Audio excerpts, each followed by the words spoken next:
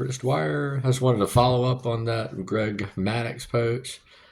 Anyway, I don't have, I don't know where it is. I think it's at my father's house. The original Golf is Not a Game of the Perfect. And Greg Maddox is actually in that book. And I believe this is his third book, Dr. Bob Rotella's book. This is a really good book.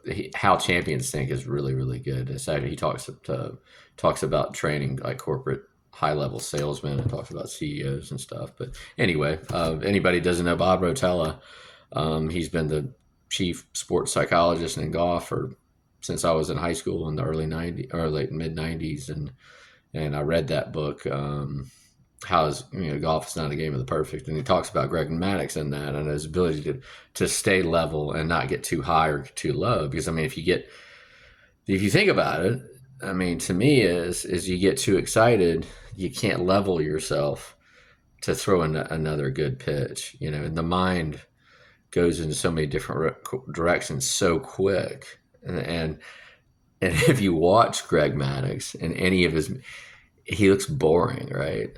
He's really, really out of Glavin and Smoltz and Maddox. He looks like he's dull, right? Doesn't look like he has any personality.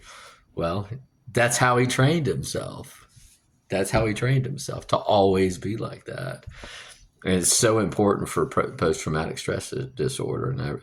And I've become a huge fan of the Greek philosophy, Stoic philosophy, and that's really the cool thing about social media is I subscribe to this stuff in Bruce Lee, and martial arts is incredible for certainly sports performance, and just it's phenomenal for your, because my wrists and my whole body's been hijacked from PTSD, and it's really, really great about rhythmic movement and really power too. But you have to open up, and I have been unable to really work out until the last couple of weeks. But I haven't worked my lower body, but I've been doing these martial arts horse poses, which are phenomenal. I recommend it to anybody, but I've been stretching like crazy for almost a year, and I recommend that to anybody too. Anyway, I just think it's so. And Rotella, it's been a while since I've read that book, but he talks about Greg Maddox specifically, and Maddox is a god of sports psychology. And I used to go take from a sports psychologist when I was in high school up at the University of Georgia that actually studied under Bob Rotella. And David Duvall was really first Rotella's. He kind of put him on the map. And actually, my cousin worked with Bob Rotella. I think he spent like 3 days with him. And my cousin Joe Wilson, he won the New York State Amateur Championship like 35, 40 years ago. And actually, I haven't. And I don't know why it's been a long time. Anyway, I'd love to sit down with Joe and talk to him about it. But it's amazing how PTSD has made me finally really understand that mentality, and it's really been phenomenal and crucial for me, amongst so many other things, somatic breathing and stretching in general. And now I've been doing really, really a lot of mobility exercises like this, especially walking. And it's really opening up my shoulders and stuff. And just for posture, for some reason, intuitively, 7 months before I started really stretching a lot. And when I discovered I had PTSD from alcohol, you don't want to have, I had peripheral neuropathy for 2.5 months. And it was 2.5 months of sheer terror that you don't want to ever go through. So go dry out if you please. You don't want to go through what I went through. You likely wouldn't come back. It was terrible. I can't even. I don't even know how I got through it.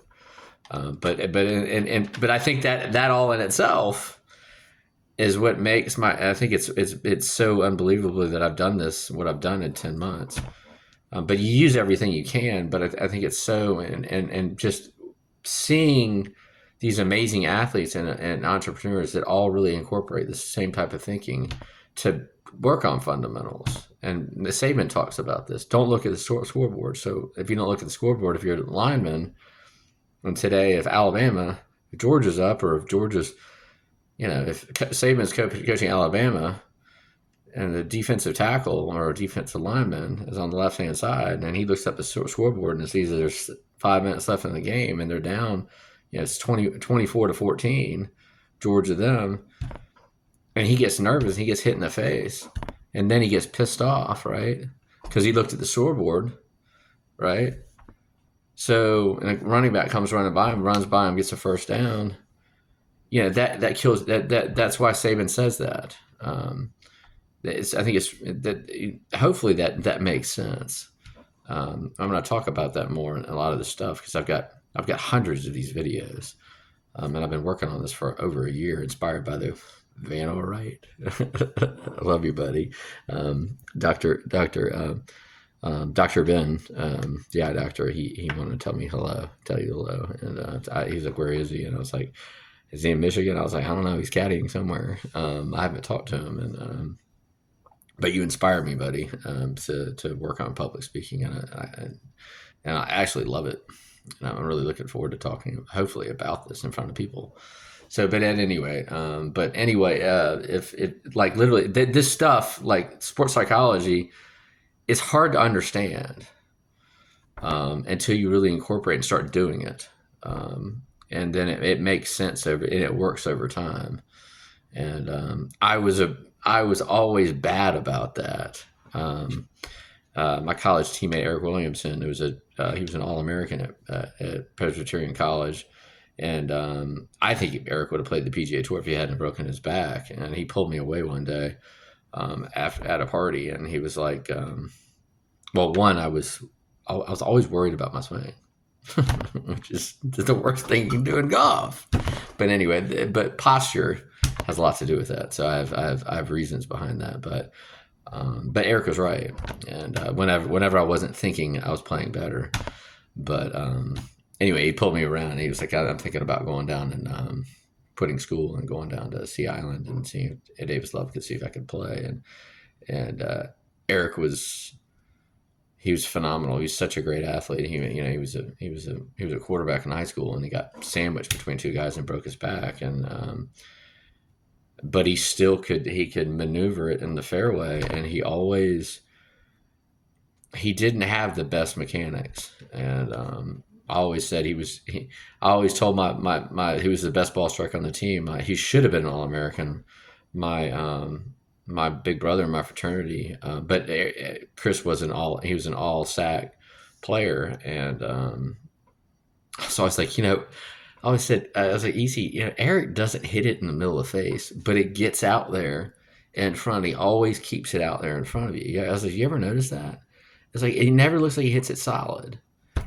And Chris was like, "You're right, man." And in my opinion, he had a swing as it repeated, and he trusted it. And he was also the best player I ever saw in my life from 80 yards in.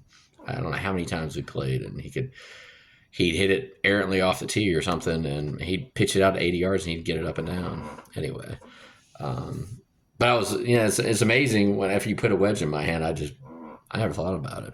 And I feel like I could get them down. But anyway, it's so true.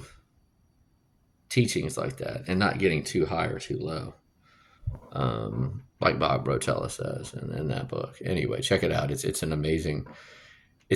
You have to incorporate it, and it's really helped my PTSD. Anyway, thanks.